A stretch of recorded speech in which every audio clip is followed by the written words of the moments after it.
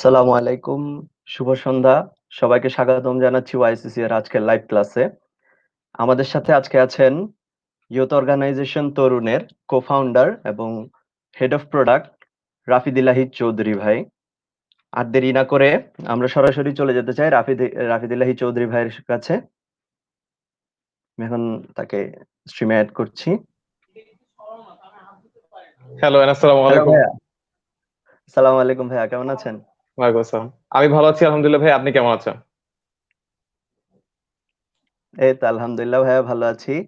তো এই প্যান্ডেমিকের সময়গুলো কেমন যাচ্ছে ভাইয়া? আহ কাজ তো চলছে, রেগুলার কাজ চলছে। এছাড়া ফ্যামিলির সাথে টাইম কাটাচ্ছি। অনেক মুভিজ আর টিভি সিরিজ দেখা হচ্ছে। মাঝখানে হয়তো ব্যস্ততার কারণে হতো না, রাস্তায় জ্যামের কারণে টায়ার্ড হয়ে হয়তো বেশি ঘুমায় যেতাম, বাট এখন সেইগুলা করা হচ্ছে। এই তো। ও আচ্ছা, তাহলে মোটামুটি ব্যস্ত সময়ই কাটছে আপনার, যেটা বুঝছি। আপনি অবশ্য ব্যস্ত মানুষ অনেক কিছু নিয়েই। ভাইয়া, আপনার যে মানে আপনি যেটার কো-ফাউন্ডার এবং বর্তমানে হেড অফ প্রোডাক্ট হিসেবে আছেন, সেই তরুণ নিয়ে যদি আমাদেরকে কিছু বলতেন। শিওর। সো আমরা একটা ইউথ প্ল্যাটফর্ম। বেসিক্যালি আমরা কন্টেন্ট নিয়ে কাজ করতে থাকি। কন্টেন্ট ছাড়াও রিসেন্টলি আমরা নতুন একটা প্রোডাক্ট লঞ্চ করেছি।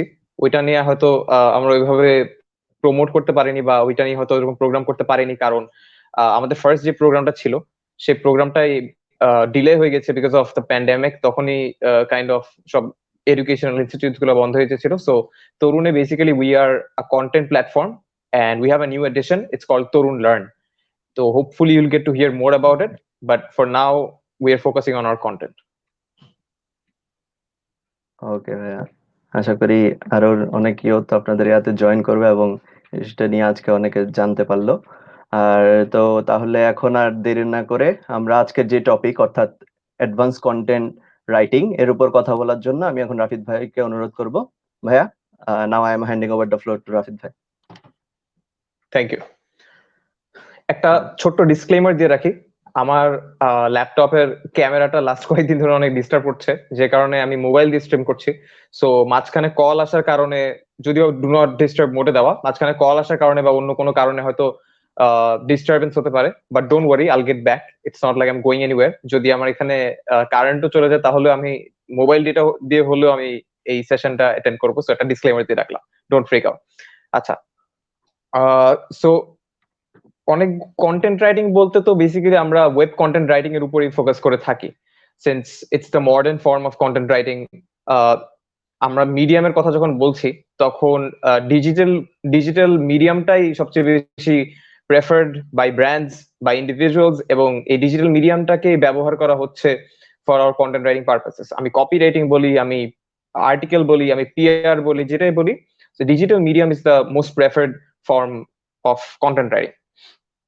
সো কয়েকটা জিনিস নিয়ে আজকে খুব ডিসকাস করবো, আলোচনা। It's not like I am taking a class, or it's not like I am teaching any hard and fast rules, but কয়েকটা জিনিস নিয়ে আমি নিজের পার্সোনাল এক্সপিরিয়েন্সেস শেয়ার করব, এবং আমার কয়েকটা ইনসাইটস শেয়ার করার পরে একদম সেশনের লাস্টের দিকে আমি আমার নিজের টিমের তিনজনকে ইনভাইট করব। They will join me to share their stories. So ফার্স্টে আমি যে জিনিস নিয়ে আলোচনা করব সেটা হচ্ছে যে content generation. So content generation বলতে আমরা যেটা বুঝি সেটা হচ্ছে যে একটা কন্টেন্ট বানাবো, ওই কন্টেন্টটা নিয়ে আমি একটা আইডিয়া ক্রিয়েট করে কন্টেন্টটাকে আমি এক্সিকিউট করবো, এটাকে আমি ডিস্ট্রিবিউট করব আমার অডিয়েন্সের কাছে। কন্টেন্ট জেনারেশনের জন্য কোনো লিখিত রুল নেই যে এই রুলটা ফলো করলে আমি কন্টেন্ট জেনারেট করলে একদম রাইট অডিয়েন্সের কাছে পৌঁছাবে, একদম রাইট সময় পৌঁছাবে, এবং এটা একটা ভালো ফিডব্যাক আসবে, বা এই রুলটা ফলো করলে আমার কন্টেন্টের কোনো নেগেটিভ কোনো ইম্প্যাক্ট হবে না, এরকম কোনো রুল নেই। However there are a few processes which we can follow for a better execution. আমি পার্সোনালি ফলো করে থাকি। অনেক সময় এগুলো ফলো করা হয় না, কথার কথা আমার মাথায় এখন একটা খুব ইন্টারেস্টিং কন্টেন্ট আইডিয়া আসলো, ইটস নট নেসেসারি যে আমার তখন সাফিসিয়েন্ট টাইম আছে আমার হাতে যে আমি এই প্রসেসটা ফলো করব। তখন হয়তো আমার কন্টেন্টটাকে ইমিডিয়েটলি লঞ্চ করে দিতে হবে, ইমিডিয়েটলি বানিয়ে ছেড়ে দিতে হবে, ensuring that quality is not compromised, একদম কন্টেন্টের কোয়ালিটিটা ভালো। সো আপনারা যদি কাইন্ডলি একটু কমেন্ট সেকশনে জানিয়ে দিতেন যে আপনারা কে কোথা থেকে আছেন, তাহলে একটু ভালো হতো। আপনারা যদি একটু কমেন্ট সেকশনে জানিয়ে দেন কে কোথা থেকে আছেন।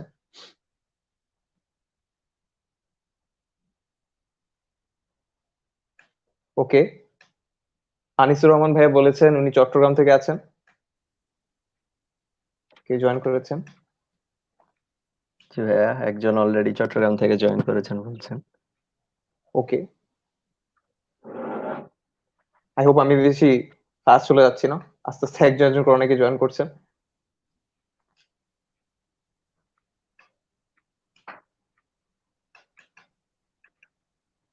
ওকে,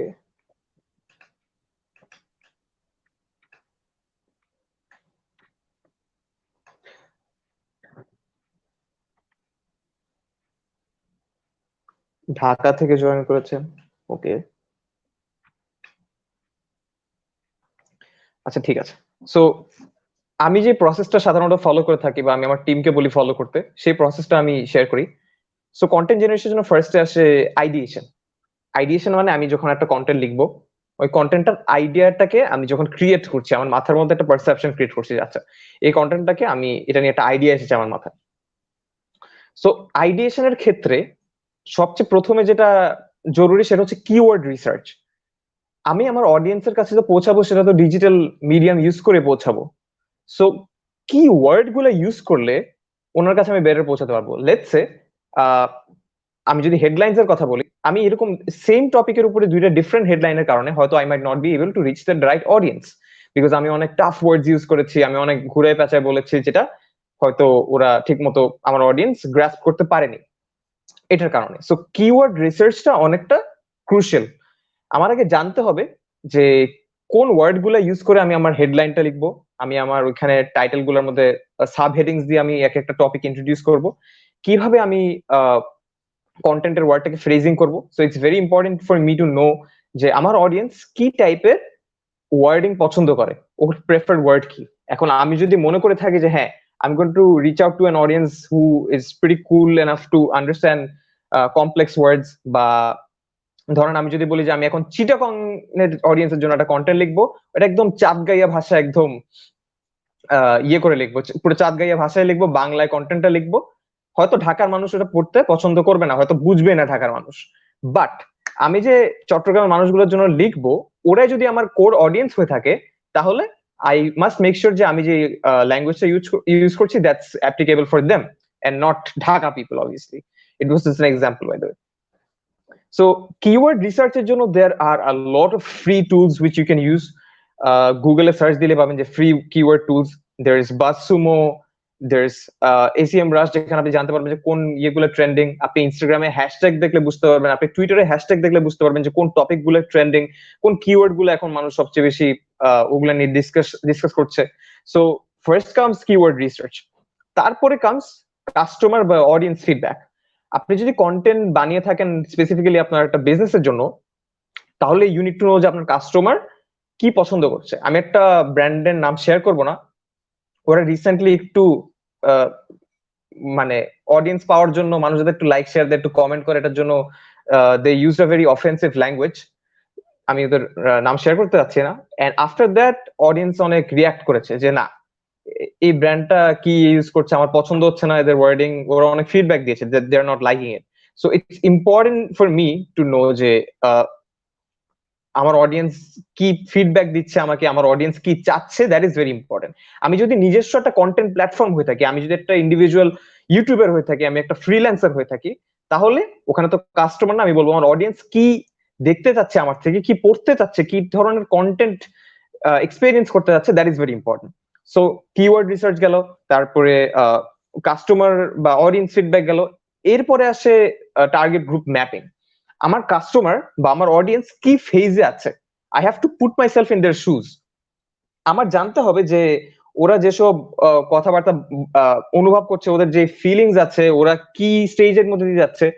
ফর এক্সাম্পল, আমি যদি দেখি যে একটা প্যান্ডেমিক হচ্ছে এখন, কোভিড-19 এর ক্রাইসিসের জন্য আমার অডিয়েন্স খুব ডিপ্রেসড একটা সিচুয়েশনে আছে, তখন হয়তো making a lot of funny post mite not B appropriate. This is just example.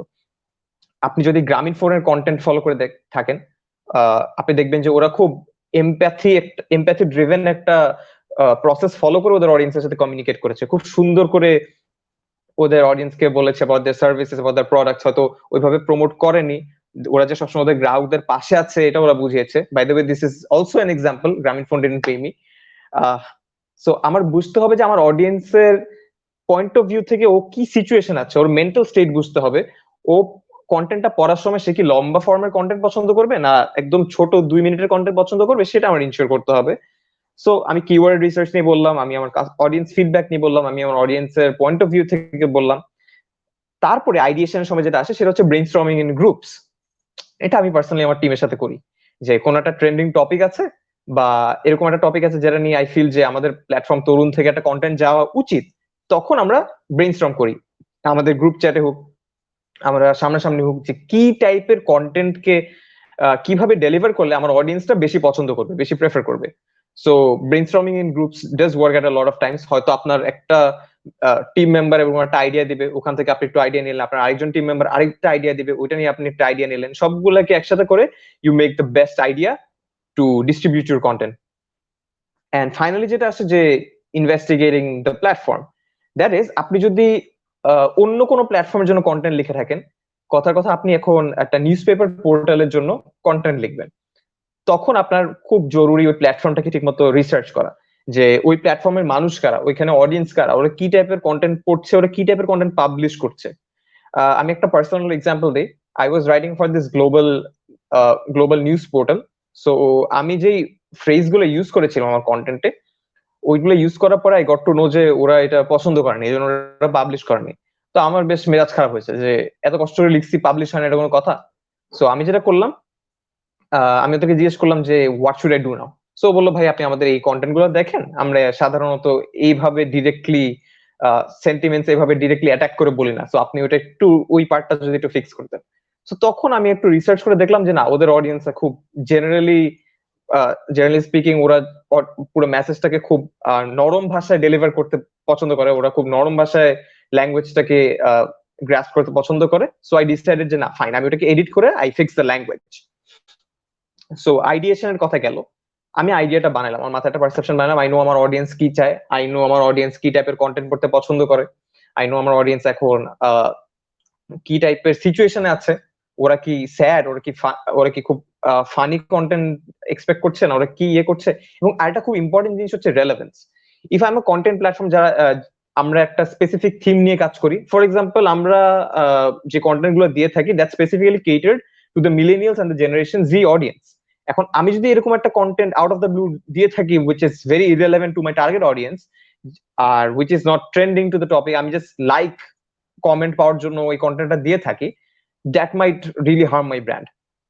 So that is something we should consider as well. এবার আমি আইডিয়েশনটা করলাম, আইডিয়েশনটা করার পরে আমি এটাকে ডেলিভার কিভাবে করব, ওইটাকে কিভাবে আমার অডিয়েন্সের কাছে পৌঁছাবো। ওই ক্রিয়েট করার আগে এবং ডেলিভার করার আগে আরেকটা ইম্পর্টেন্ট প্রসেস আছে, এবং সেটা হচ্ছে প্ল্যানিং। যে আমি যাদেরকে টার্গেট করছি ওদের কাছে আমার কন্টেন্ট নিয়ে পৌঁছানোর জন্য আমার কতটুকু টাইম খরচ হবে, আমার কি টাকা পয়সা খরচ হবে, আমি কি ওটার জন্য মিডিয়া বাইং করবো, ওটাকে আগে আমি বুস্ট করে তারপরে পৌঁছানো লাগবে আমার, নাকি ওরা অটোমেটিক্যালি আমার প্ল্যাটফর্মে আসবে, আমার কতটুকু টাইম খরচ করা লাগবে ওদের কাছে যাওয়ার জন্য, এবং যে যতটুকু টাইম খরচ করা লাগবে ওরা কি অতটুকু টাইম নিয়ে ওটা পড়বে কিনা, আমি কি এনাফ রিচ পাবো কিনা আমার কন্টেন্ট, আমি কি এনাফ ভিউজ পাবো কিনা, ওগুলো সব আমার কনসিডার করা লাগবে। আমি যদি দেখি যে না, the return on investment for that content is very low, it might be a good idea to not go for that unless it's a very impactful piece of content. তারপরে যে কোয়েশ্চেনটা আসে যে আমার অ্যাডিশনাল কি রিসোর্সেস লাগে, আমি যদি দেখে থাকি যে না, আমার অডিয়েন্স এরকম একটা কন্টেন্ট এক্সপেক্ট করছে যেটা বানানোর রিসোর্সেস আমার নেই, লেটস সে আমি এখন একটা ব্র্যান্ড, আমি হচ্ছে এখন একটা সেলিব্রিটিকে নিয়ে প্লে রেট ভিডিওর জন্য একটা কন্টেন্ট বানাবো, কথার কথা। আমি যদি দেখি যে না, আমার কাছে ওটা বানানোর জন্য অতটুকু টাইম নাই, এফোর্ট নাই, আমার কাছে রিসোর্স নাই, আমি জানি না প্লেডেড ভিডিও এখন কিভাবে বানাইতে হয়, কোন অ্যাপ দিয়ে বানাইতে হয়, কেউ নাই জানতে পারে, তখন it might be a good idea to not go after that content. So the additional resources are something which not just individuals, which agencies should consider as well. অনেক সময় দেখি একটা এজেন্সি কমিট করে বসে যে আমরা এতগুলো ক্রিয়েটিভ দিব, আমরা এতগুলা ভিডিও বানাই দিব, whereas ওদের নিজস্ব রিসোর্সেস, এটা আমার নিজের দেখা এক্সাম্পল, বলতেছে যে আমরা এই এক্সাম্পল দিব, আমরা অমুক করবো, whereas they actually don't have the resources. It's a real life example that I'm sharing. তো তখন অবভিয়াসলি এজেন্সিটার নাম খারাপ হয়, ইন্ডিভিজুয়াল যদি কেউ কমিট করে থাকে ইন্ডিভিজুয়ালটার নাম খারাপ হয়, এরকম কমিটমেন্টে না যাওয়াই বেটার। তারপরে আসে আমার কন্টেন্টটা কি টাইমলি নাকি এভারগ্রিন নাকি বোথ। টাইমলি কন্টেন্ট বলতে হচ্ছে যে এখন আমি দেখছি যে একজন অ্যাক্টর সুইসাইড করেছে, উইচ বাই দ্য ওয়ে আমি পার্সোনালি ওটা নিয়ে অনেক ডিপলি এফেক্টেড। সো এখন আমি ভাবছি আমি এটা নিয়ে একটা কন্টেন্ট বানাবো, I need to make sure যে অন্য মানুষের মেন্টাল স্টেবিলিটি নিয়ে ওরা কথাবার্তা বলুক, অন্য মানুষের সাথে শেয়ার করুক ওদের মেন্টাল স্টেটটা। সো এটা নিয়ে এখন আমি একটা টাইমলি কন্টেন্ট বানালে that would be very perfect for this time being, because that's trending. এখন এই কন্টেন্টটা কি টাইমলি হবে নাকি এটাকে আমি এভারগ্রিন বানাবো? এভারগ্রিন কন্টেন্ট মানে কি, যে কন্টেন্টটাকে আপনার শেয়ার করার জন্য বা ওটাকে ডিস্ট্রিবিউট করার জন্য হয়তো আপনার ওটার কোনো এক্সপায়ারি ডেট নাই। কথার কথা, এখন বাংলাদেশ একটা ম্যাচ হেরে গেল একজন প্লেয়ারের কারণে, একটা ম্যাচ খুব বাজেভাবে হেরে গেল, এখন ওইটাকে নিয়ে আমি যদি এখন একটা পোস্ট শেয়ার করি বা একটা কন্টেন্ট দেই যে এই অমুক প্লেয়ারের জন্য হেরেছে বাংলাদেশ দল, বা this the name for which Bangladesh team lost them such a glorious match, তখন it's a timely content. But এটা কি আমি সবসময় শেয়ার দিতে পারবো? ওই কন্টেন্টটা যদি আমি তখন শেয়ার দিই যখন বাংলাদেশ একটা ম্যাচ জিতে গিয়েছে, তখন it might be very inappropriate. So which means my content piece is not evergreen. So it's totally okay যে আপনার কন্টেন্ট পিস যদি এভারগ্রিন না হয়ে থাকে, এরকম কোনো রুল নেই যে আপনার কন্টেন্ট একদম ফর এভার এভারগ্রিন হতে হবে। It might just be a trending content, অথবা it might be a mixture of both, যে না এখন আমি দেখছি and I can view that content at any time, at any moment. তারপর হচ্ছে কন্টেন্টটাকে নিয়ে আমি যদি কোনো ড্রব্যাক ফেস করে থাকি, ওটাকে আমি কিভাবে ওটার রিপ্লাই দিব। If I am making a criticism in my content, which is totally possible, আমি একজনকে নিয়ে ক্রিটিসাইজ করছি বা আমি এরকম একটা খুব সেন্সিটিভ ইস্যু নিয়ে কথা বলছি, be it political, be it anything, be it very controversial, তখন মানুষজন যে নেগেটিভ মতামত গুলা করবে আমার প্ল্যাটফর্ম নিয়ে করতে পারে, আমাকে নিয়ে করতে পারে, কন্টেন্টটা যে বানাইছে ওকে নিয়ে করতে পারে, ওগুলোর রিপ্লাই গুলো আমি কিভাবে দিব? Do I have sufficient evidence or do I have sufficient backlinks to tell যে হ্যাঁ আমি যে রিসোর্সেস গুলো দিয়েছি দ্যাট ইজ টোটালি ক্রেডিবল? আমি কি, আমার কাছে কি সাফিসিয়েন্ট কথাবার্তা আছে বলার জন্য যে আপনি যে কথাগুলো বলেছেন এগুলোকে আমি এভাবে অপোজ করতে পারবো? ওইটাকেও কনসিডার করা উচিত if you think you can face a few drawbacks while distributing your content. So after you're done with the ideation and your planning, you create content, as simple as that. So this is one thing that I wanted to share. এরপর আপনি কন্টেন্টটা বানানোর পরে যেটা হয়, অনেকে এটা ভুলে যায়, সেটা হচ্ছে যে একটা ঠিকমতো ড্রাফট করতে পারে না মানুষজন। আপনি ফার্স্ট একটা কন্টেন্ট যদি লিখে থাকেন বা প্রস্তুত করে থাকেন, ওই কন্টেন্টটা is just the first draft. It might not be properly ready, হয়তো ফার্স্ট ড্রাফটে আপনি আপনার মাথার মধ্যে যা যা আছে ওগুলোকে একদম ডিরেক্টলি জাস্ট বসাই দিছেন। ওই ফার্স্ট ড্রাফটটাকে আপনার বারবার ইমপ্রুভ করা লাগবে, যে কি কি জিনিস আপনি মিস করছেন, কি কি আইডিয়া অ্যাড করা যেত এটার সাথে, আপনি কি কি জায়গায় হয়তো একটু বেশি ভুল বলে ফেলছেন যেটা হয়তো আপনার অডিয়েন্সের জন্য ঠিক না। সো ফার্স্ট ড্রাফটের পরে you might go for a second draft or you might make it the final draft, that's totally up to you. But ওই ড্রাফটের সময় আপনার প্রুফ রিডিং করতে হবে। বিলিভ ইট অর নট, এখনো আমি দেখি অনেকেই, আপনি আপনার ইউনিভার্সিটি ফ্রেন্ডসদের সাথে অনেকটা রিলেট করতে পারেন, যে টিচার্সরা কমপ্লেন করে না যে রিপোর্ট গুলো অনেক প্লেজারাইজড হয়েছে, অনেক প্লেজারিজম রেট অনেক বেশি। That is actually very true. অনেকজন হচ্ছে প্লেজারাইজ কন্টেন্ট দেয়, আচ্ছা ঠিক আছে আমি একটা ওয়েবসাইট থেকে রেফারেন্স নিতে পারি, আমি একটা ওয়েবসাইট থেকে কোনো একটা ডেটা নিতে পারি, but it's very important to ensure যে আমি কারোর কন্টেন্টকে একদম ডিরেক্টলি চুরি চামারি করে মেরে দিচ্ছি না। এখনো আমি অনেকজনকে দেখি কন্টেন্টকে পুরাপুরি হুবাহু কপি কাট করে মেরে দিতে। আর আমি যদি বাংলাদেশের মানে লেখা বাদ দেই, লেখা ছাড়া অন্য কন্টেন্ট কথা বলি, তাহলে অনেকজনের খুব বাজে প্র্যাকটিস আছে যে কন্টেন্ট, একজন একটা ক্রিয়েটিভ বানাইছে, ক্রিয়েটিভটাকে ক্রেডিট দেওয়া তো দূরের কথা, ওটাকে কাট করে লোগো কাট করে নিজের প্রোফাইলে শেয়ার করা। অনেক সো কল ইনফ্লুয়েন্সাররা এটা করে। সো ওই ইনফ্লুয়েন্সাররা যারা করে ওদের নাম আমি বলবো না, বাট এটা আপনার পার্সোনাল ইমেজকে অনেক হার্ম করে, এটা আপনার প্ল্যাটফর্মকে হার্ম করে। সো আপনি যে কন্টেন্টটা বানাবেন, মেক শিওর যে আপনি ওই প্ল্যাটফর্মটাকে রেফারেন্স দিচ্ছেন এবং আপনি ডিরেক্টলি প্লেজারাইজ করছেন না, দ্যাট ইজ ইম্পর্টেন্ট। এরপরে আসে এডিটিং। এডিটিং এর সময় আপনার গ্রামার চেক দেওয়া লাগবে, it does make a lot of difference if your grammar is not accurate. অনেকের অডিয়েন্সের মাথায় একটা খুব বাজে পারসেপশন তৈরি হতে পারে যে গ্রামারটা ভালো লাগে নাই, আমি কন্টেন্টটা পড়বো না। বা ওই প্ল্যাটফর্মে হয়তো আপনার চেয়ে বেটার অনেক রাইটার আছে, আপনার প্ল্যাটফর্মে একটা নাম, ভালো একটা সুনাম আছে ইন্ডাস্ট্রিতে, ওরা হয়তো আপনার প্ল্যাটফর্মে রিটার্ন নাও করতে পারে if they are not impressed with the grammatical accuracy. And finally I have to track the edits. আমার জানতে হবে যাচ্ছে আমি কোন কোন জায়গায়, যে জায়গায় এডিট করছি ওটাকে আমি কোন একটা জায়গায় ছোট করে লিখে রাখি। এটা করলে যেটা হবে যে আমার জন্য ট্র্যাক করতে ইজি হবে যাচ্ছে আমি কোন জায়গায় ভুলগুলো বেশি করছি। আমি কি রেফারেন্স দেওয়ার সময় অনেক বেশি মিস্টেক করছি, নাকি আমি গ্রামাটিক্যাল মিস্টেক অনেক করছি, then you know where to invest your time on. তখন আপনি নেক্সট টাইম থেকে ওইগুলোতে আর ফোকাস করবেন না। ওকে, তারপরে যে জিনিসটা I would like to share, that is it's called repurposing content. It's also referred to as content recycling. একদম সোজা একটা এক্সাম্পল দিয়ে থাকি। কন্টেন্ট রিপারপোজিং নিয়ে অনেকেরই কনফিউশন আছে, but I'll give a very straightforward example. You guys have probably come across Ayman Sadiq bhai's videos. I'm pretty sure আপনারা একবার হলেও you came across his videos at least because he's a very well-known educator. So Ayman ভাইয়ার আমি একটা question করব, আপনারা comment সেকশনে এটা রিপ্লাই দিবেন। আইমান ভাইয়ার যে কোন কলেজ বা ইনস্টিটিউশন কোথাও একটা স্পিচ দিয়েছে, এই স্পিচের ভিডিও কারা কারা দেখেছেন ওইটা আপনারা কমেন্ট সেকশনে জানান 1 টাইপ করে। আপনারা যদি ওনার কোনো স্পিচ দেখে থাকেন তাহলে টাইপ 1, আর স্পিচ ছাড়া যদি ওনার কোনো অন্য কোনো রকমের ভিডিও দেখে থাকেন যে নর্মাল উনি হয়তো একটা রুমে বানাচ্ছে বা অন্য কোথাও বানাচ্ছে, that is not a speech, type 2 in the comment section.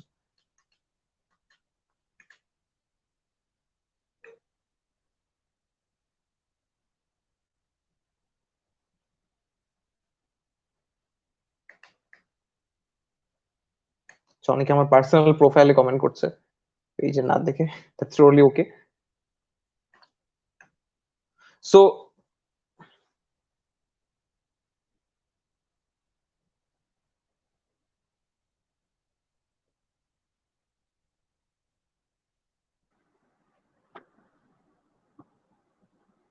ওকে, মাহিন চৌধুরী, দেবানুসরাজ, শাশ্বতী, শিলবৃষ্টি, ওনারা স্পিচ দেখেছেন, গুড।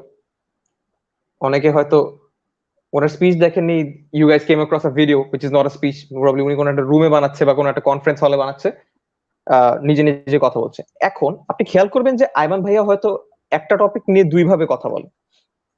উনি হয়তো কোনো একটা, অনেকে লিখেছে 1 and 2 বোথ, হুইচ মিনস যে আপনারা দুইটাই দেখেছেন। সো আইমান ভাই হয়তো একটা সিমিলার মেসেজ 2 টাইপের কন্টেন্টই দিতে পারে। আপনি দেখবেন যে উনি হয়তো একটা প্রোডাক্টিভিটি হ্যাক আছে সেটা শেয়ার করছে ওনার স্পিচের সময়, উনি এটা আবার ওনার পার্সোনাল ভিডিওতেও শেয়ার করছে।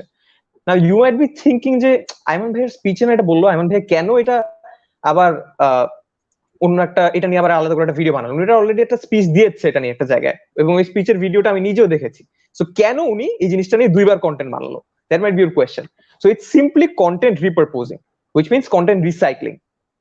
কন্টেন্ট রিপারপোজিং মানে হচ্ছে আপনি যখন একটা কন্টেন্টের অডিয়েন্স ভিউটা বাড়িয়ে দেন, আপনি যখন ওই কন্টেন্টটার সাস্টেইনেবিলিটির পিরিয়ডটা এক্সটেন্ড করে দেন, একদম সোজা ভাষায়, যে আমি এখন একটা কন্টেন্ট বানিয়েছি, হয়তো আমি একটা পার্টিকুলার গ্রুপ অফ অডিয়েন্সের কাছে পৌঁছাতে পেরেছি, এরপরে এই গ্রুপ অফ অডিয়েন্সকে পৌঁছানোর পরে এখন আমি অন্য একটা গ্রুপ অফ অডিয়েন্সের কাছে পৌঁছাবো, বা আমি চাই যে আমার সেম গ্রুপ অফ অডিয়েন্স ওই কন্টেন্টটা 2 বার দেখুক, আমাকে মনে রাখুক।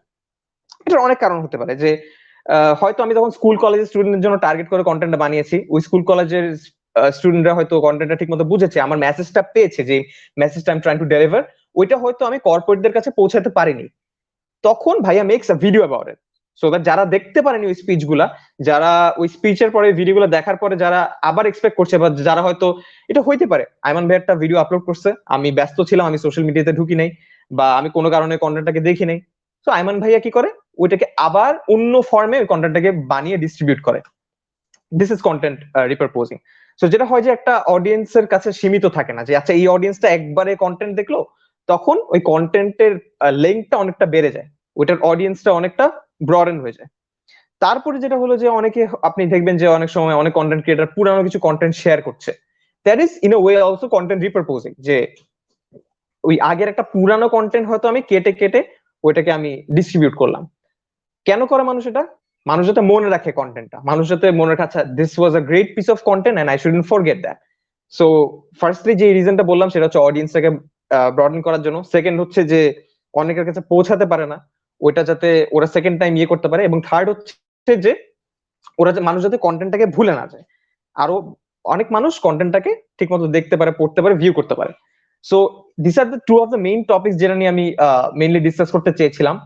নাও I won't I won't limit this session to just the theories and discussion. I think একটা ইন্টারেস্টিং, যেটা আমি সেশন শুরুতে বলছিলাম, একটা ইন্টারেস্টিং কাজ হবে আমি যদি আমার টিমের সাথে কিছু জিনিস শেয়ার করি, ওদের আইডিয়া গুলো আপনাদের সাথে শেয়ার করি, ওরা কিভাবে কন্টেন্ট নিয়ে কাজ করে এটা আপনাদের কাছে পৌঁছে দিই, then it would be better. So আমি আমার টিম থেকে তিনজনকে ইনভাইট করবো। আই এম নট শিওর আচ্ছা নাকি এখন। আচ্ছা, তোমরা যদি ব্রডকাস্ট স্টুডিওতে থেকে থাকো দেন কাইন্ডলি জয়েন।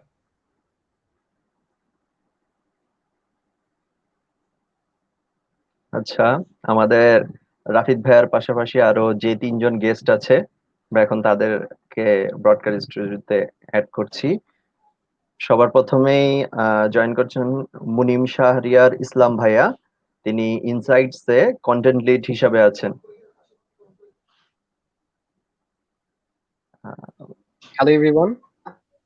হ্যালো ভাইয়া, কেমন আছেন? এই তো ভাই, আলহামদুলিল্লাহ।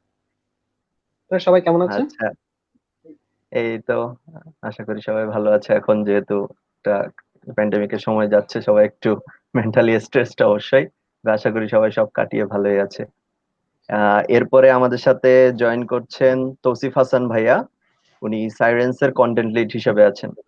হ্যালো ভাইয়া, কেমন আছেন? হ্যালো ভাইয়া, কেমন আছেন? এই তো আছি আলহামদুলিল্লাহ। আলহামদুলিল্লাহ। থ্যাংক ইউ ভাইয়া এরপর ইনভাইট করার জন্য। এরপর আমাদের সাথে আছেন নুদরাত নাওয়ার।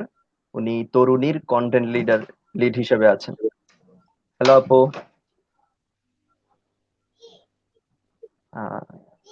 হ্যালো।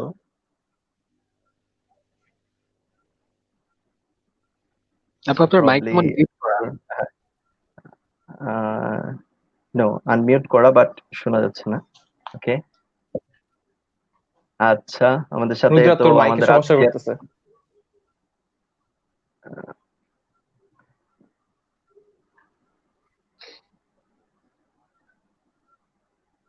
আমাদের যে চারজন গেস্ট আছেন আজকে টোটাল, রাফিদ ভাইয়া এবং তার তিনজন টিমমেট সবাই এখন উপস্থিত। তো ভাইয়া, আমরা কি কিছু কমেন্ট নিয়ে নিব, সবাই যেহেতু আছেন? Surely please. ওকে, ইনামুজ্জামান ভাইয়া বলেছেন গো রাফিদ, আপনাকে উইশ করেছেন। থ্যাংক ইউ ভাইয়া। আবরার জামানি ভাইয়া বলেছেন love you bro, keep it up. Thank you Zamani ভাই।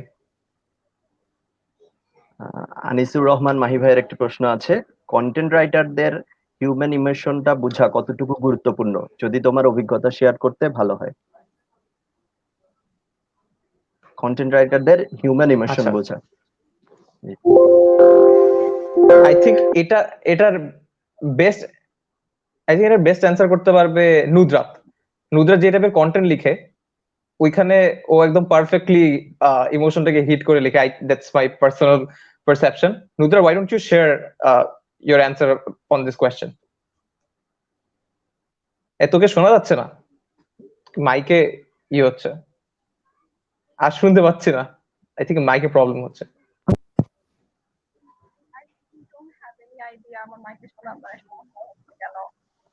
হ্যাঁ, নাও উই ক্যান হিয়ার। হ্যাঁ, you are audible now. Okay. আচ্ছা, বেসিক্যালি উইথ মি ইমোশনের যে কথাটা ভাইয়া বললেন, I feel like it comes a lot from the inside. আমি একটু more on the emotional side, but keeping that apart, when I'm writing, I really try to get into the entire thing. For example, if I'm writing with specific characters, আমি চিন্তা করি যে what would that character think about? What would this person think about? Or if I'm writing about, for example, একটা বই নিয়ে লিখছি, আমি একটা বইয়ের রিভিউ দিচ্ছি, বা আমি একটা বুক রিলেটেড পেজের রিভিউ দিচ্ছি, তখন আমি ওদের পয়েন্ট অফ ভিউ থেকে চিন্তা করার ট্রাই করি, যারা বুকস পছন্দ করে, যারা এইসব জিনিসের প্রতি interested. I talk to them, and just in general I feel like emotions incorporate করার best way হচ্ছে to put yourself into that shoes. আপনি চিন্তা করবেন যে আপনি কিভাবে রিঅ্যাক্ট করতেন if you were in that particular position. And হ্যাঁ একটু observant হতে হয় with the environment to see যে মানুষজন actually কিভাবে react করে. I tend to not speak a lot. আমি বেশিরভাগ সময় আশেপাশে এনভায়রনমেন্টের দিকে খেয়াল রাখি, মানুষের দিকে খেয়াল রাখি. I see how they react to things and হ্যাঁ ইমপ্রেশনটা ম্যাটার করে. I just try to keep everything in mind when I'm writing. I try to do the characters justice. I try to do whatever I'm doing justice.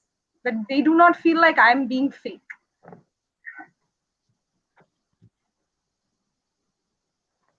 Okay, I hope that answers your question. So আর কোনো question আছে আমাদের জন্য?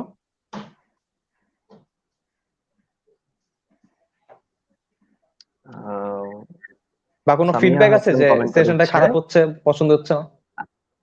না ওরকম আশা করি কেউ feedback দিবে না, সবারই ভালো লাগছে আশা করি সেশনটা। সামিয়া হাসান কমেন্ট করেছেন, how do we get in the process of writing? Okay, so এটা খুব এটা আমি এক ওয়ার্ডে বা এই সেশনে হয়তো বলতে পারবো না, এটার জন্য আলাদা একটা পুরা ক্লাস নেওয়া যাবে। How do you get yourself involved in that process? Well, it depends যে আপনি কি টাইপের রাইটার হতে চান. Let's get started with that. আপনি কোন টাইপের অডিয়েন্সের কাছে পৌঁছাতে চান, that also matters. আপনি কি পারপাস নিয়ে ওদের কাছে পৌঁছাতে চান? Are you writing for some money or are you writing just out of your peace of mind যে এটা আমার passion, writing is totally my passion, এই জন্য লিখবেন? That is also a factor that is to be considered. So you basically get started with the process of writing when you start brainstorming. Let's started with, because আপনি যখন brainstorm করছেন তখন আপনি automatically you're involved in a thinking process. তারপরে আপনি যখন আস্তে আস্তে আইডিয়েশন প্রসেসটাতে হয়তো ডিসাইড করছেন যে আচ্ছা আমি একটু রিসার্চ করি বা আমি হালকা করে একটা ফার্স্ট ড্রাফট লিখে নেই, তখন মনে হবে যে আচ্ছা এতটুকু এফোর্ট যেহেতু লিখে দিয়ে দিয়েছি তখন একটু লিখে ফেলি। This is just a shortened answer. এটা আমি হয়তো এতে অ্যানসার করতে পারবো না, but you get an idea.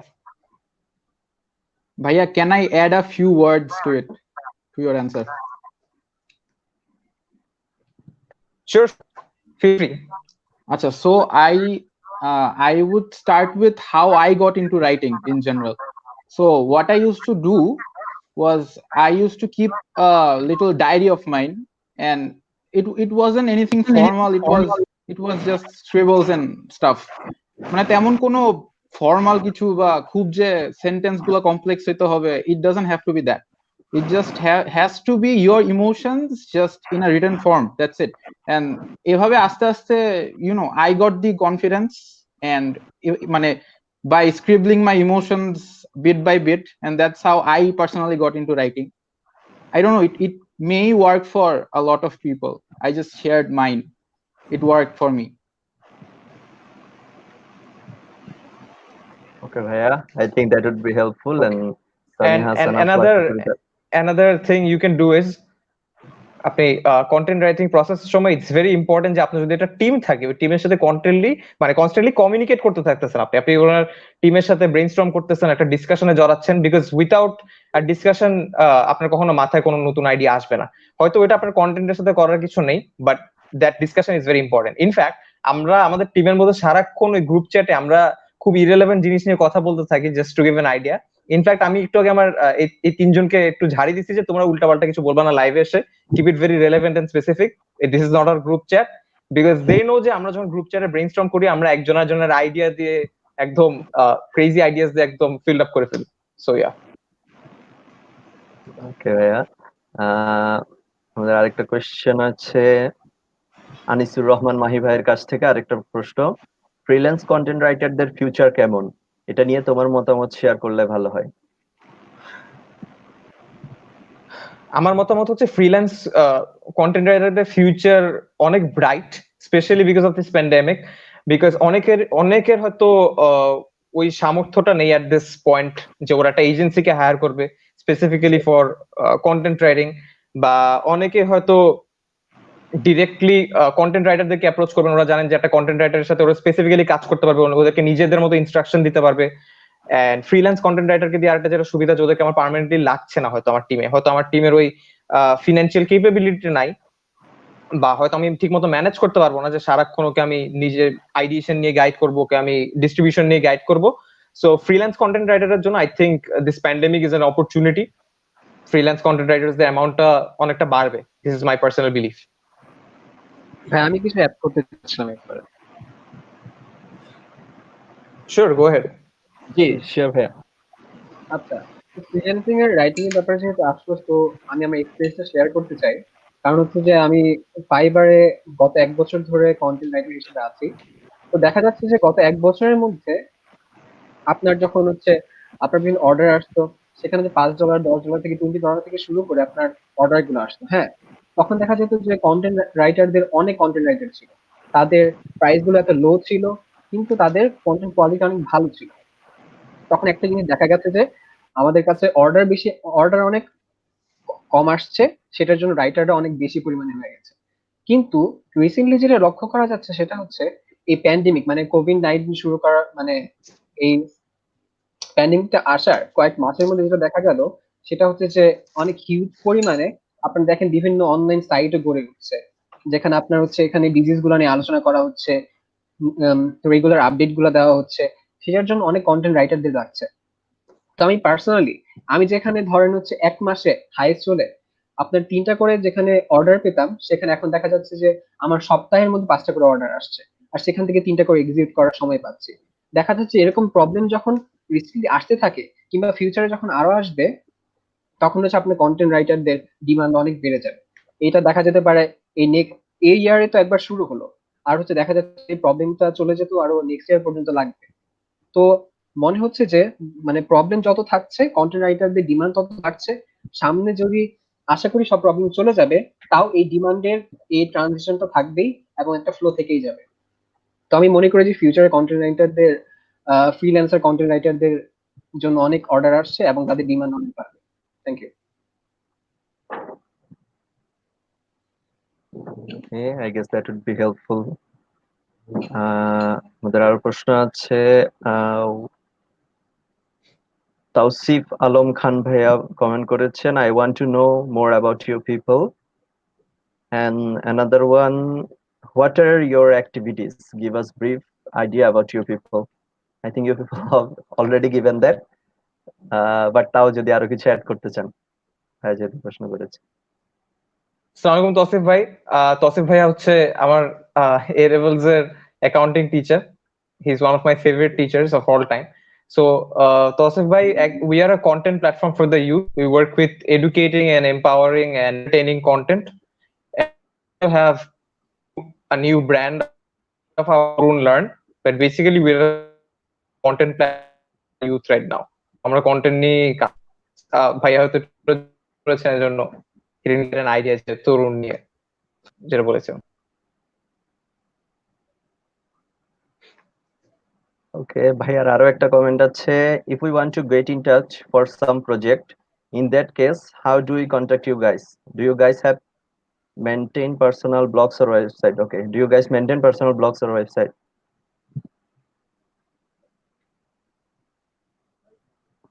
We do, Tausif ভাই। আমি লাইভ শেষ করে পারছি আপনাকে নক করতেছি। ওকে, আমাদের আরো প্রশ্ন আছে। মাহরাতুন সামহা জানতে চেয়েছে, tell us about the standard word limit. Very good question. It depends on the type of writing. আপনি যদি একটা পিআর লিখে থাকেন, একটা প্রেস রিলিজ লিখে থাকেন, তাহলে দ্য স্ট্যান্ডার্ড ইজ 300 ওয়ার্ডস থেকে ম্যাক্সিমাম 400 ওয়ার্ডস। অনেকেই পিআর লেখার সময় 500-700 ওয়ার্ড দিয়ে একদম পুরা শেষ করে দেয়, নিজের কোম্পানিকে নিয়ে মানে এক একটা অ্যাডজেক্টিভস নিয়ে যে ইউজ করে ওটাই রিডার লোড হয়ে যায়, তার উপর দিয়ে অনেক নিউজ পেপারস হয়তো ইন্টারেস্টেড থাকে না ওই পিআরটা publish.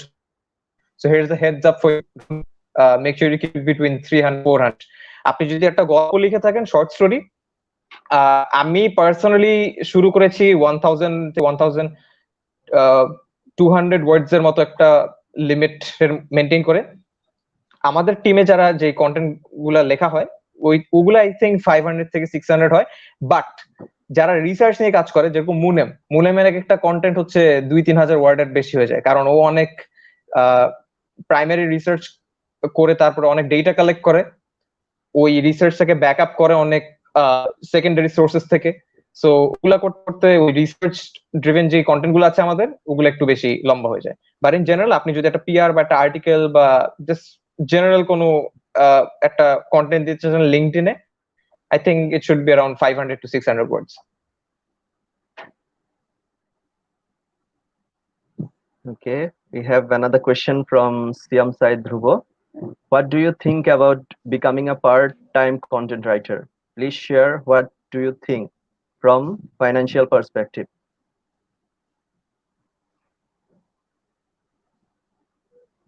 I think Munem already answered that question. It really does help a lot. You might be a part-time content writer, or to be very specific, you might be a freelance content writer. As Munem has mentioned, আপনি অনেক টাইপের benefits হতে পারে, and since এটার demand বাড়ছে, the market for that is huge. It's gigantic. কিন্তু ভাই একটা সেম টাইমে যে ভাই মার্কেটে আপনার এরকম কোয়ালিটিফুল পিপল অনেক বেশি আছে, তো সেই সাথে মার্কেট যেমন বাড়ছে সেমনি ভাবে আমাদের নিজেদের কোয়ালিটি বাড়াতে হবে, আমাদের ডে টু ডে আমাদের নিজেকে আপগ্রেড করতে হবে, এবং আমাদের রিসেন্ট কন্টেন্টের সাথে আমাদেরকে আপডেটেড রাখতে হবে, যাতে হচ্ছে আমরা পিছিয়ে না পড়ি। তাছাড়া দেখা যাচ্ছে যে মার্কেটে আমরা নিজেরাও পিছিয়ে পড়বো। তো হচ্ছে আমাদের হচ্ছে নিজেদেরকে আপডেট করতে হবে daily। Right, totally agreed. ওকে, তাওসিফ আলম খান ভাইয়া আবার কমেন্ট করেছেন, থ্যাঙ্কস সো মাচ।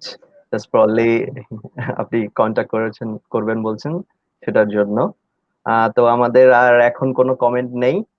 আপনারা পাঁচজন যদি সবার জন্য কোনো টিপস বা ট্রিক্স আরো কিছু শেয়ার করতে চান, তবে সেটা করতে পারেন।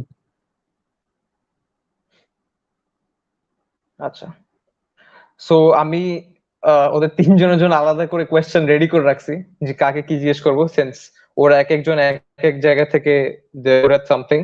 So first I'd like to come to Tosif. Tosif, what are the key points you would like to share with the audience if Sure. you were about to focus on coming up with content on spot? Acha. So coming up with content on spot. So I'm going to share what I do while I am Right. asked to come up with content on spot. So firstly, what I do is there are many competitor websites and blogs who write contents, who publish contents. So the first thing I do is, just turn my PC on and go to those competitor websites and blogs and see what they are writing, what they are publishing about that specific content, because it helps us to set a benchmark যেটা আমাদেরকে pass করতে হবে অথবা আমাদেরকে rich করতে হবে ওই লেভেলটা। So what I get is I get the idea and creatives, the concepts যে আমার কন্টেন্টে কি সব লেভেলের creatives and ideas থাকতে হবে।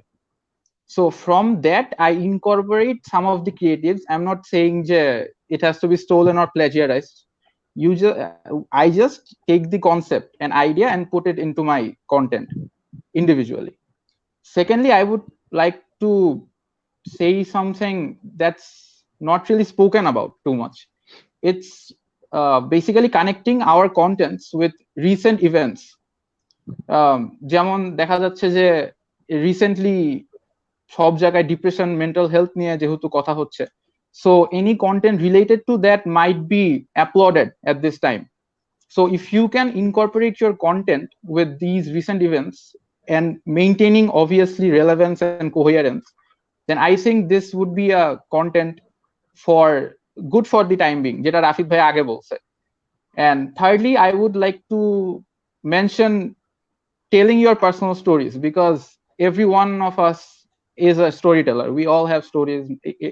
They may be success stories or failure stories. So if we can associate those stories with our content, I think it may be helpful for the audience to maybe relate on some levels and pick it up. And lastly, I would like to talk about revisiting your previous contents, because as part of Turun, we have numerous contents and numerous, on numerous topics, numerous issues. And so among our contents, there are a few which stood out from the rest because it had better creatives. It managed to grasp the attention of the audience. It managed to cater to the audience better than the others. So revisiting previous contents might help you to draw the unique aspects that made them stand out. And if you can incorporate those to the content you're going to publish or you're going to write right now, I think it may help to stand out. So this is all from me. This is what I do while coming up with content on spot.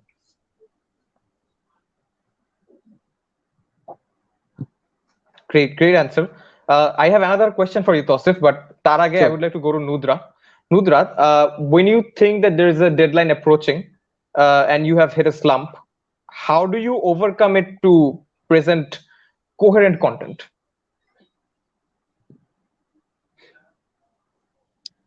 Apu, you have muted yourself.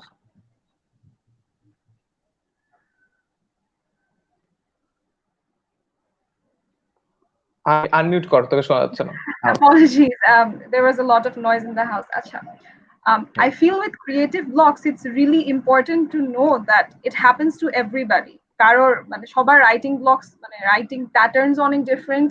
Sometimes on some days I write really quickly. মানে keystrokes দেখলে বোঝা যায় যে this content is going to take me like half an hour to write. But on certain days it takes me 2-3 hours to even come up with a single concept. So it's really crucial to remember that just because you can't come up with something right now doesn't mean that your brain is dulling down. But it's also important to remember that deadlines, specifically in this professional and corporate sectors, freelancing sector, কথা যেটা ভাইয়া বললেন একটু আগে, অনেক important. তো আমার মনে হয় যে first of all it's important যে আগে থেকে কাজ স্টার্ট করা, এমন কিছু না রেখে দেওয়া যাতে আমার লাস্ট মোমেন্ট রাশ করা লাগে। আর এরকম যদি কখনো কোনো সিচুয়েশন ক্রিয়েট হয়, I feel like it's good to take some inspiration, একটু ব্রেক নিতে হয়। মনোটনির কারণে ক্রিয়েটিভ ব্লকস হতে পারে, সো আই ফিল লাইক একটু ব্রেক নিয়ে একটু ইন্সপিরেশন গ্যাদার করে লিখতে বসা ভালো। আর যদি এরকম কোনো সিচুয়েশন না থেকে থাকে তাহলে I would sit in my place, আমি আমার চেয়ারে বসে থাকবো 6 hours 7 hours যতক্ষণ পর্যন্ত আমি মানে একটা কন্টেন্ট জেনারেট না করতে পারি that I'm pleased with. I keep revising, I keep building around it. I set personal goals যে আমি next 1 hour এর মধ্যে 3টা supporting ideas বের করবো and 3টা supporting I feel like working on it, constantly working on it really helps, and then we can also try breaking out from the mold. যে আমার এইভাবে আমার হচ্ছে না, আমি দেখছি যে আমি যে ইউজুয়াল প্যাটার্নে লিখতাম ওভাবে আমার কাজ করছে না, আমি অন্য কোথাও গিয়ে লিখি, আমি ছাদে যাই, আমি একটু বাইরে ঘুরে আসি। এখন যেটা পসিবল না এই সিচুয়েশন অবভিয়াসলি, আমি একটু অন্য রুমে বসি, or let me talk to some of my friends, let me see যে if I can get my brain back into the game, and I feel like that helps. Constantly নিজেকে লিখতে থাকলে যদি if you're always writing, if you make a habit of writing, then creative blocks won't be that difficult to get over.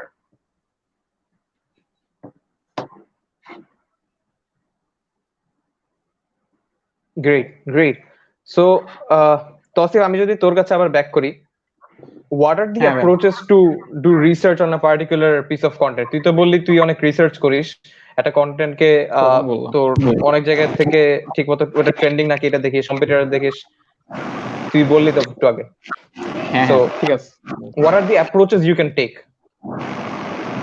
towards researching? ওকে, আমি আরেকটা comment নিয়ে নিতে চাই যেটা আপনার জন্য আসছে, তো একই সাথে দুটো আনসার করে ফেলতে পারবেন। ফ্রম আবরার জাহিন বিন সাইফ ভাই, want to know from Tausif bhai how to make readers more thrilled and enthusiastic. To answer this question, I would say, everyone has their own interests, so just pick up something of your own interest. It will make you enthusiastic and thrilled by itself. মানে আর অন্য কিছু লাগে না actually, just নিজের interest follow করলেই হয়েছে, that's it. And to answer Rafid bhai's question, I would how I actually approach researching to write a content or to publish one, I would start with the most obvious one, that is, just searching it on Google, because it's your best friend, it knows everything. So you will find a lot. on Google. Whatever the topic is, you will find everything. And there are many articles and blogs on the internet, but what you have to do is you have to filter some out, because not all of them are reputable, not all of them are informative to the level you want it to be. So এটা করা ভালো যে আমাদের আমরা যেটা করি যে আমরা হ্যান্ড পিক করি, মানে রেপিউটেবল কন্টেন্ট, রেপিউটেবল আর্টিকেল, যেগুলো রেপিউটেবল সাইট থেকে আসতেছে, যেগুলো আমরা উই নো আর ট্রাস্টেড, সেগুলো হ্যান্ড পিক করে we just research on those, and ওখান থেকে আমাদের অনেক আইডিয়া আছে. And thirdly, I would like to mention Twitter hashtags, because মানে আমি জানি না বাংলাদেশে অ্যাকচুয়ালি কতটুক ওয়াইড কতটুক ব্রড টুইটারের অডিয়েন্সটা, but globally it's huge, it's massive, and প্রত্যেকটা ইভেন্টে, প্রত্যেকটা ইস্যুতে there are a lot of stories, there are a lot of people publishing their opinions on them. So আমি যেটা করি যে টুইটারে হ্যাশট্যাগ সার্চ করলে there are a lot of stuff coming up, and most of them are informative, most of them are insightful to the level you want it to be. So এটা একটা. Next I'm going to talk about while researching is knowing what your audience is asking for, because what we do from Torun is as our audience is mostly millennials and Gen Z people, so we fix our bars যে আচ্ছা ঠিক আছে আমাদের audience হচ্ছে they are looking for this, so our content has to be based on these, so আমরা ওখানে focus করি. আমাদের অডিয়েন্সের বাইরে যারা আছে ওরা কি চাচ্ছে এটা অ্যাকচুয়ালি আমাদের ফোকাসের মধ্যে থাকে না, and so it helps us to narrow down our research to the places we want it to be, to the points we want it to be. আচ্ছা, next I want to talk about creating roadmaps. যে whatever article or whatever content you're writing, it's important to pick out those headings, pick out those keywords, or the bullet points যেগুলো আমি include করতে যাচ্ছি. So সেগুলাকে handpick করা is a very critical thing, and while writing your content it may be very important and necessary, কারণ লেখার সময় actually যখন ওগুলা নিয়ে ভাববো তখন মাঝে মাঝে your brain might freeze, আচ্ছা কোনটা দিব, তারা কিন্তু আমরা যদি তার আগে ঠিক করে রাখি it is really beneficial for us.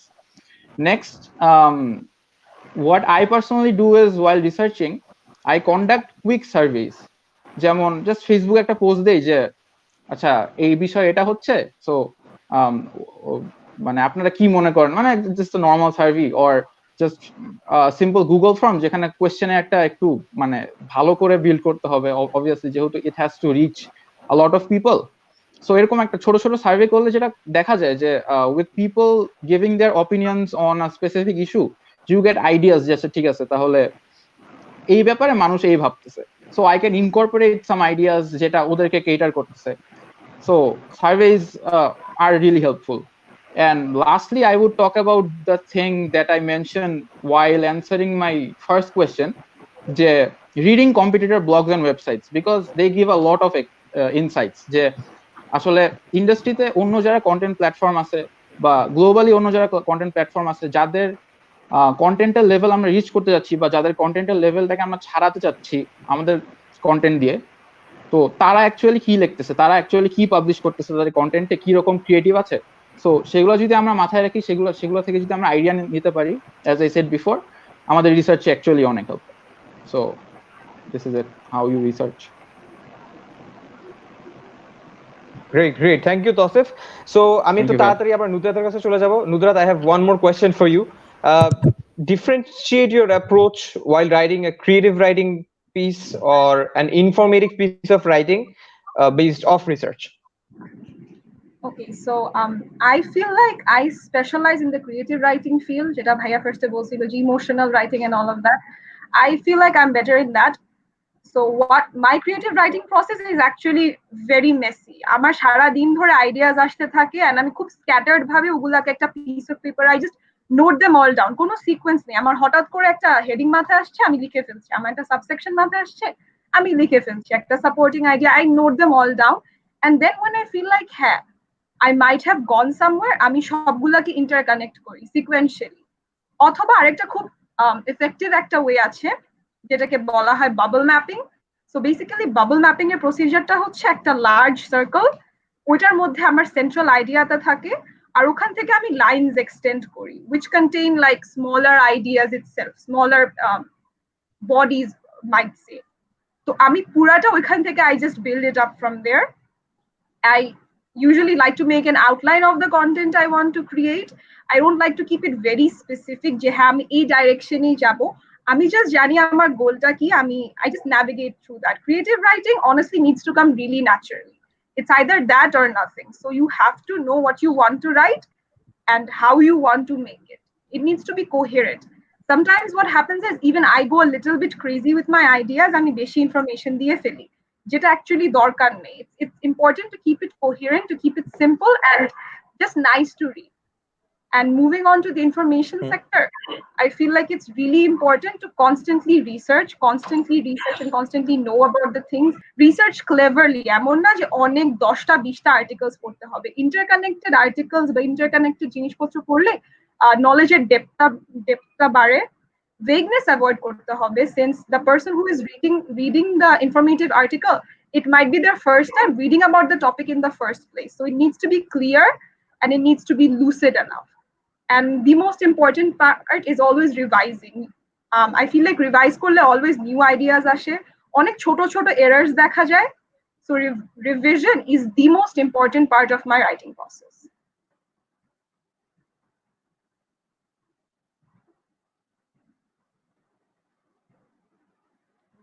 ওকে ভাইয়া, আমি আরো কিছু প্রশ্ন নিয়ে নিতে চাচ্ছি। অনেক প্রশ্ন এসেছে আমাদের। মোহাইমিনুল এইচপিএম কমেন্ট করেছে, good to C boss.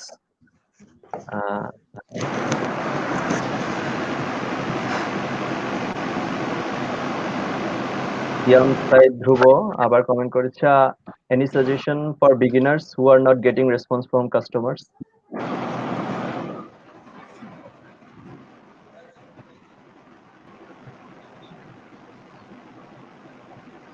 Acha, for beginners who are not getting enough response from customers, you have to find out the reason. আপনি কি আপনার টার্গেটিংটাকে ন্যারো ডাউন করছেন নাকি, আপনার কাস্টমার কারা সেটাকে আপনি ঠিকমতো আগে ম্যাপ আউট করছেন নাকি?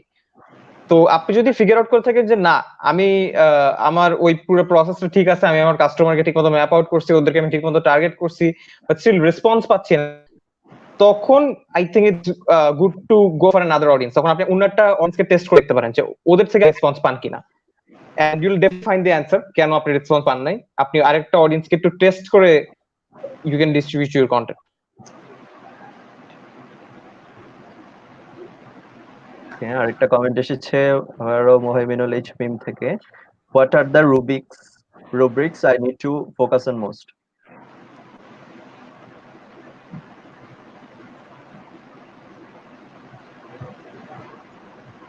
Actually no specific set of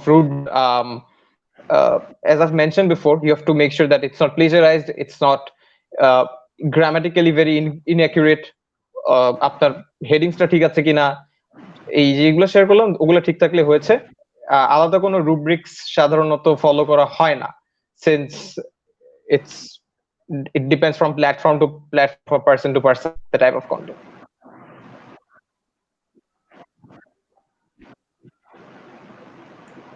ওকে, একটা প্রশ্ন আছে দেবারুস্রাত হর্না থেকে, after creating a website by myself, how should I maintain it? Also, which type of casting I should have on my website?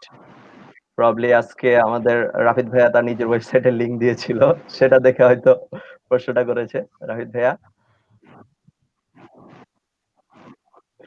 আর অন্য কেউ অ্যাড করতে চাইলে। সো যদিও বা এই সেশনটা কন্টেন্ট রাইটিং নিয়ে, মেইনটেইন করাটা সবচেয়ে গুরুত্ব যেটা সেটা হচ্ছে যে কতটাকে আপডেটেড। আমি মাঝখানে কয়েকদিন গ্যাপ দিয়েছিলাম, আমার রিসেন্ট কোন সেশন নিয়েছি বা কি কি লেখা লিখেছি এটাকে নিয়ে আমি আপডেট রাখিনি, সো ওটা তাড়াতাড়ি করে আপডেট করলাম এই কারণে ওয়েবসাইটটা। সো এটা করাটা অনেক জরুরি, time to time I have to keep it updated with content, with what I've been up to and with my upcoming plans.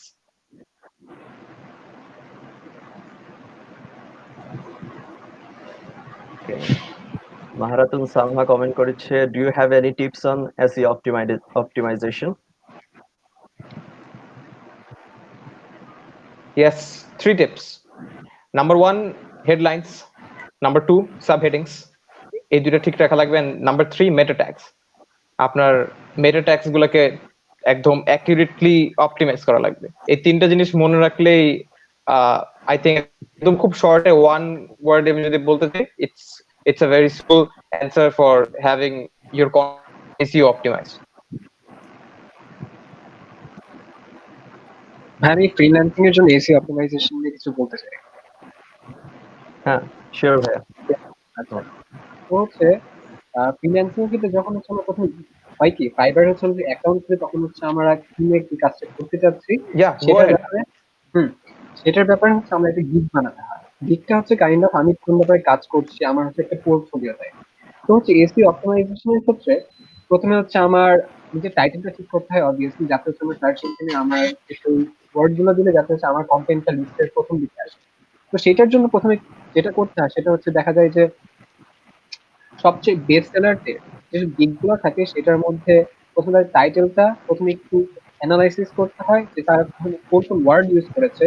Top 10 এর মধ্যে আপনি যদি ওয়ার্ড গুলোকে অ্যানালাইজ করেন যে এটার মধ্যে কোন কোন ওয়ার্ড ইউজ করা হয়েছে, সেই সবগুলো ওয়ার্ড প্রথমে নোট ডাউন করা, দেন শর্ট লিস্ট করা যেটার মধ্যে কোনটা কোনটা বাদ দিতে পারে, দেন সেই ওয়ার্ড গুলো থেকে আমার নিজের একটা টাইটেল বানানো এবং গিগের হেডলাইন দেওয়া, যাতে হচ্ছে যেসব ওয়ার্ড গুলা আমি যদি সার্চ করি সেসব দিলে হচ্ছে আমাদের অন্য বেস্ট সেলারদের যদি গিগটা অথবা প্রোফাইলটা শো করে তার সাথে সাথে যেন আমারটাও শো করে। এই জন্য প্রথমে হচ্ছে বেস্ট সেলারদের প্রোফাইলগুলো আমার অ্যানালাইজ করতে হবে, তাদের ওয়ার্ড সিলেকশন গুলো দেখতে হবে, দেন আমারটা বিল করতে হবে। তাহলে দেখা যাবে যে আমি সবচেয়ে বেশি সার্চ লিস্টে আসবো এবং হচ্ছে অর্ডারও বেশি হবে। এটা ছিল ফ্রিল্যান্সারদের জন্য।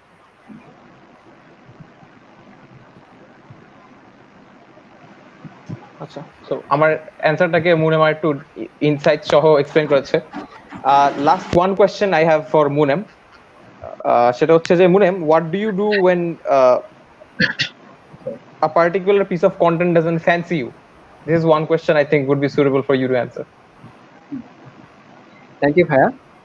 আচ্ছা, এটা আমাদের সবার ক্ষেত্রেই মাঝে মাঝে হয়ে থাকে। কারণ হচ্ছে আমি যখন কোনদিন ইন্টার্নশিপ করছি অথবা কোনদিন প্রফেশনাল কাজ করছি, এরকম অনেক টপিক আমার জন্য অ্যাসাইন করা হতে পারে যেটা ধরেন আমি ইন্টারেস্টেড না, অথবা হচ্ছে আমার কমফোর্ট জোনে না, কিংবা হচ্ছে আমার হচ্ছে সেটা অনেক বোরিং টপিক। আচ্ছা, সেসব ব্যাপারে আমি কিভাবে নিজেকে মোটিভেট করবো এবং কিভাবে আমি আমার বেস্টটাকে দিব সেটা হচ্ছে আমার question। আমি সবার ক্ষেত্রেই ব্যাপারটা ভ্যারি করে। আমি যেভাবে জিনিসটাকে রিভিউ করি সেটা নিতে আমি হচ্ছে আমরা জানি যে আপনার রিটেন কন্টেন্টের চেয়ে ভিডিও কন্টেন্ট গুলো হচ্ছে মানুষ বেশি খায়। বলতে গেলে মানুষ বেশি দেখে টোটালি জিনিসটাকে অ্যাবজর্ব করে নিচ্ছে। তো আমি জিনিসটাকে প্রথমে আমি নিজেকে মোটিভেট করার জন্য যেটা করি সেটা হচ্ছে আমি ইউটিউবে ঢুকে আমি সেই টপিকটার ব্যাপারে সার্চ করি, র্যান্ডম সার্চ করি, just anything, any documentaries, any videos, any information, random facts etcetera. হ্যাঁ, যখন হচ্ছে আমি গুগলেও সার্চ করে দিই এই ভিডিও কন্টেন্ট আছে নাকি সেই টপিকের ব্যাপারে, সেই টপিকের ব্যাপারে দেখি, ইউটিউব থেকে দেখি, অন্য সব জায়গা থেকে দেখি। যখন ডকুমেন্টারি গুলো দেখি দেখা যায় যে আমার মনের অজান্তে আমি অনেক ব্যাপারে জানতে পারি যেসব আগে আমার জানা ছিল না। যেহেতু টপিকটা অলরেডি বোরিং, হ্যাঁ, তো হচ্ছে আমার গুগলে সার্চ করে জিনিসগুলো প্রত্যেকটা আর্টিকেল খুঁজে পড়া, প্রত্যেকটা লিঙ্কে যে জিনিসগুলো দেখা, সব জিনিস আমার কাছে বেশি অনেক বোরিংও লাগতে পারে অথবা ইন্টারেস্টিং নাও লাগতে পারে। সেক্ষেত্রে আমি ভিডিও কন্টেন্ট সার্চ করার ব্যাপারে আমাকে যে স্টার্ট করতে হবে, যেহেতু হচ্ছে আমার সাবমিশনটা করতে হবে। তো ইউটিউবে সার্চ করার পরে আমি ডকুমেন্টারি গুলো দেখি, ভিডিও গুলো দেখি, সবগুলো নোট আউট করি যে আমি কি কি ইনফরমেশন পেয়েছি, আর নিজেকে একটু এনলাইট করি যে আমি কোন কোন জিনিস আমার কাছে মিস গেছে কিংবা হচ্ছে আমি নতুন কি কি জিনিস জানতে পারলাম। এরপরে যে জিনিসটা করি সেটা হচ্ছে আমি আমার আর্টিকেল লেখার ক্ষেত্রে সবচেয়ে বেশি জিনিসটা কাজ করি, আমি নিজেকে কোশ্চেন করি টপিকটার ব্যাপারে, যেমন এই ইন্টারেস্টিং কোশ্চেনটা হতে পারে, অথবা কি কি বললে আমার জিনিসটা হচ্ছে আমি নিজেকে নিজে অ্যান্সার করার ট্রাই করি। আমি একটা এক্সাম্পল দিয়ে বলতে চাই। ধরেন আমাকে একটা টপিক দিল কফি মাগ নিয়ে লেখার, কফি মাগ। টপিকটা শুনতে অনেক বোরিং লাগবে, আবার আপনার রিডাররা পড়তেও চাবে কিনা একটা কফি মাগ নিয়ে আর্টিকেল, সেটাও একটা ব্যাপার। তো সেই জন্য কি কি কোশ্চেন আসতে পারে, ইন্টারেস্টিং কোশ্চেন, নর্মাল কোশ্চেন গুলো যেভাবে হয় who, what, when, where, why and how question গুলো দিয়ে। যেমন কফি মাগ প্রথমে কে আবিষ্কার করেছে এবং কোথা থেকে বা তার ইন্সপিরেশন পেয়েছে। আবার অনেক এই কোশ্চেনটা শুনতে অনেক আজব লাগতে পারে, কিন্তু কোশ্চেনটা অনেক রেলেভেন্ট, যে মানুষ কফি খাওয়ার জন্য কফি মাগই কেন, এবং কেন তারা আবার পানি কেন হচ্ছে গ্লাসের মধ্যে শুনতে, কফি মাগের জন্য, কফির জন্য কেন কফি মাগ, আবার গ্লাসের পানির জন্য কেন গ্লাস, এরকম কোশ্চেন আসতে পারে। এসব খুঁজতে গিয়ে অনেক ইনসাইট পাওয়া যায় যে আচ্ছা মানুষ প্রথমে এই জিনিসটা ভেবেছিল, এই জন্য কফি মাগ ইনভেন্ট করলো, ডিজাইন করলো, তারপর প্রোডাকশনে গেল, সেল করলো। তারপর দেখা যায় যে কোনো কোনো টাইমে, বছরের কোনো কোনো টাইমে কফি মাগের সেল বেড়ে যায়। কেন বেড়ে যায়, বাংলাদেশের মানুষ সম্পর্কে এটা কি বলে। এরপরে দেখা যায় যে টি কাপ নিয়ে বলতে যাই, টি কাপের ব্যাপারে আমরা টি কাপ সেটের ব্যাপারে কেন বেশি অ্যাট্রাক্টেড। এরপরে আমার চাইনিজ কিংবা ইউএসএ তে কেন হচ্ছে কফি মাগ কিংবা টি কাপ সেটের প্রোডাকশন হয়, সেগুলো আবার বাংলাদেশে আসে, এক্সপোর্ট ইম্পোর্টে হয়। এসব অনেক ব্যাপারে ইন্টারেস্টিং কোশ্চেন আছে যেগুলো হচ্ছে আপনাকে কফি মাগের ব্যাপারে একটা ইনসাইট দিতে পারে। এসব কোশ্চেন করার পর নিজেকে সেগুলো হচ্ছে আমি নিজেকে নিজে অ্যান্সার করার ট্রাই, এভাবে আমি ধীরে ধীরে ইনফরমেশন গ্যাদার। থার্ড স্টেপে গিয়ে আমি যেটা করি সেটা হচ্ছে আমি দেখি যে এই কফি মাগ রিলেটেড কিংবা যে টপিক রিলেটেড আমাকে লিখতে দিয়েছে সেই টপিক নিয়ে কোনো হিস্ট্রিতে কোনো ইনফ্লুয়েন্স আছে কি, কোনো পার্সনের সাথে কিংবা কোনো ঐতিহাসিক কোনো ঘটনার সাথে সেটা কোনো রিলেশন আছে।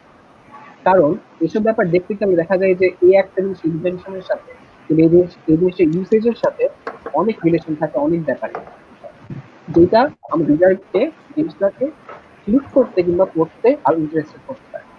ফাইনালি যে জিনিসটা করি সেটা হচ্ছে আমার অডিয়েন্সের ব্যাপারে জানাতে চাই, অডিয়েন্স কি জানতে চায়, কোন কোশ্চেন গুলা করে। তো আমাদের সবাই সোশ্যাল নেটওয়ার্কিং আছে, সেখানে আমরা গিয়ে হচ্ছে একটা কোশ্চেন করে দিতে পারি যে আচ্ছা what do you want to know about coffee mug, অথবা আমি কোশ্চেনও করতে পারি যে আচ্ছা tell me some interesting facts about coffee mug, অথবা what do you think about coffee mug. আবার গুগলেও সার্চ করতে পারি আচ্ছা what's the most expensive coffee mug, why what is made, biggest brand etcetera. আবার কোরা, ইয়াহু অ্যান্সার্সেও আমরা অনেকগুলা coffee মাগ নিয়েও আমরা র্যান্ডমলি সার্চ করে অনেক ব্যাপারে জানতে পারবো, এবং আমার অডিয়েন্স কি ব্যাপারে জানতে চাচ্ছে সে ব্যাপারে একটা ইনসাইট পাবো। সবকিছু করার পর, চারটা জিনিস করার পর আমি সবকিছু র্যাপ আপ নোট করি। প্রথমে হচ্ছে ব্রেন স্টর্মিং দ্বারা ভিডিও কন্টেন্ট দেখা দ্বারা মোটিভেট করলাম। সেকেন্ডে নিজেকে কোশ্চেন করলাম, অ্যান্সার দিতে গিয়ে ইনফোগুলো বের করলাম।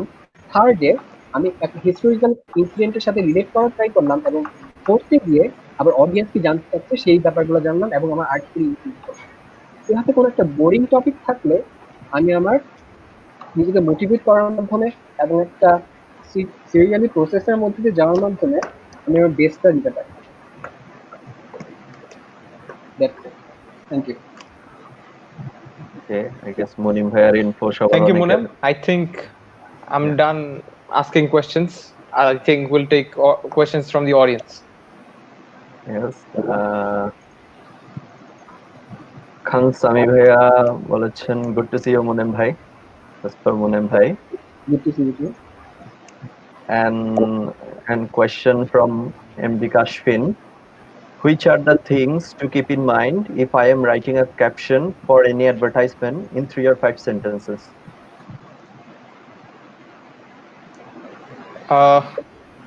Simple answer আমি বলবো যে the purpose and the call to action. যে ফার্স্টে কি পারপাস নিয়ে এই ব্র্যান্ডটা আমার কাছে রিচ আউট করেছে সেটা আমার মাথায় থাকা লাগবে। একটা মানুষ যদি একটা অ্যাডভার্টাইজমেন্ট দেখে না বুঝে যে কি মেসেজটা আছে বা কি পারপাসটা নিয়ে সেই মেসেজটা আমার কাছে দেওয়া হচ্ছে, তাহলে that's not a good caption. আর সেকেন্ডলি সেটা হচ্ছে কল টু অ্যাকশন, যে যে অডিয়েন্স আছে বা যে কনজিউমার আছে এরা কি রেজলিউশনটা নিবে, ওরা কি স্টেপ নিবে নেক্সটে, এটা যে লিখছে ওর কাছে জানাটা অনেক জরুরি। সে কি আমার প্রোডাক্টের জন্য একটা ডিরেক্ট পারচেজ করবে নাকি সে আরো ইনকোয়ার করবে, এটাকে আগে মাথায় রাখা লাগবে। So I think that answers your question. Okay, I think আমরা এটা লাস্ট কোয়েশ্চেন নিব যেহেতু অনেক দেরি হয়ে গেছে, আসলে শুরু হয়েছে। মুস্তানির নাদিয়া জিজ্ঞাসা করেছে what is the first thing a good piece of written content needs to have? Munam, why don't you answer? And then we'll end the session. Just keep it very short. I think a good piece of written content needs to have a good title. কারণ title ভালো না হলে কেউ ক্লিকও করবে না, কেউ পড়বে না, দেন কন্টেন্টের মধ্যে কি আছে সেটা জানানোর ট্রাই করবে। প্রথমে তাই টাইটেল, দেন হচ্ছে কন্টেন্টের ইন্ট্রোডাকশন, এন্ড দেন কিছু real life relating story content. এভাবে আমি মনে করি যে টাইটেল, ইন্ট্রোডাকশন এন্ড ভেতরের নিজের লাইফ রিলেটেবল স্টোরিজ দ্বারা আমরা একটা কন্টেন্টকে সবার কাছে ভালো মতো প্রেজেন্ট করতে পারি, এবং আশা করি সবার রিডার্সদের কাছে সেই জিনিসটা অনেক ভালো লাগে।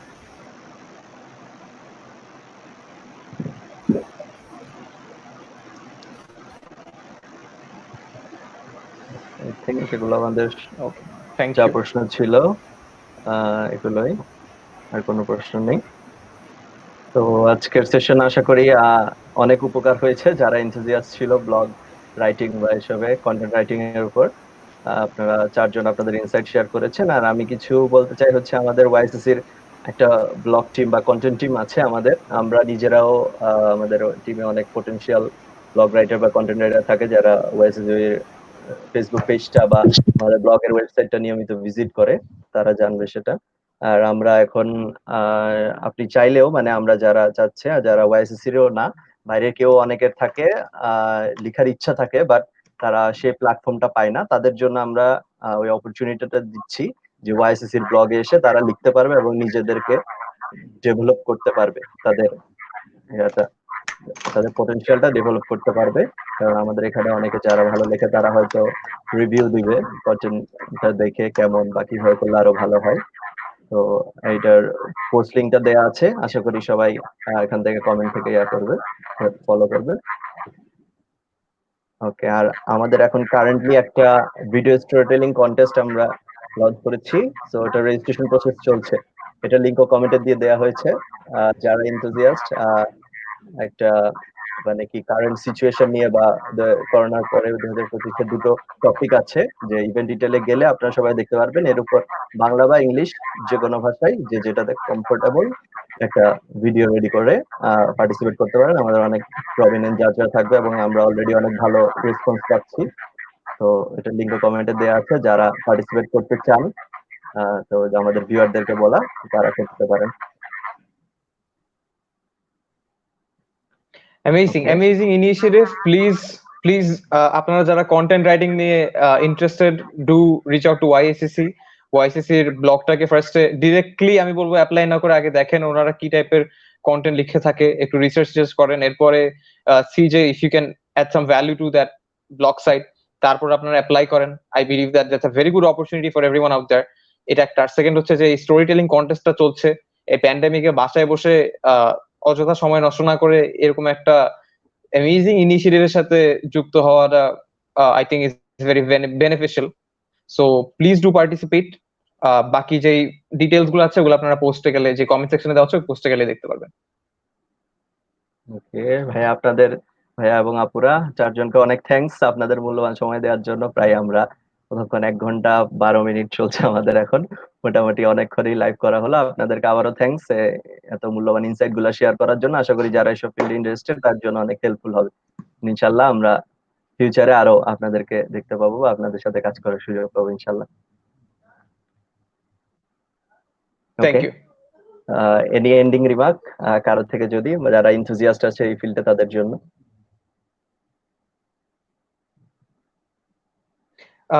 Just follow your passion. Whatever's inside your head, don't keep it there. Put it on paper, or if not on paper, put it on your laptop screen. Make sure others get to know about it. And yes, আপনি যদি অন্য কাউকে শোনাতে না চান, আপনি যদি নিজের জন্য লিখতে চান, do it for yourself so that you can read it only after a few days, after a few years. Do it for yourself if you don't want to do it for your audience.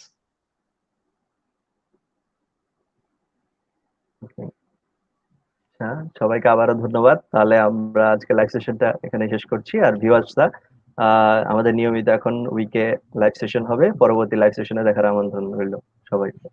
ওকে, আল্লাহ হাফেজ, আসসালামু আলাইকুম সবাইকে। আল্লাহ হাফিজ ভাইয়া। Allah Hafiz. আল্লাহ হাফেজ। Thank you.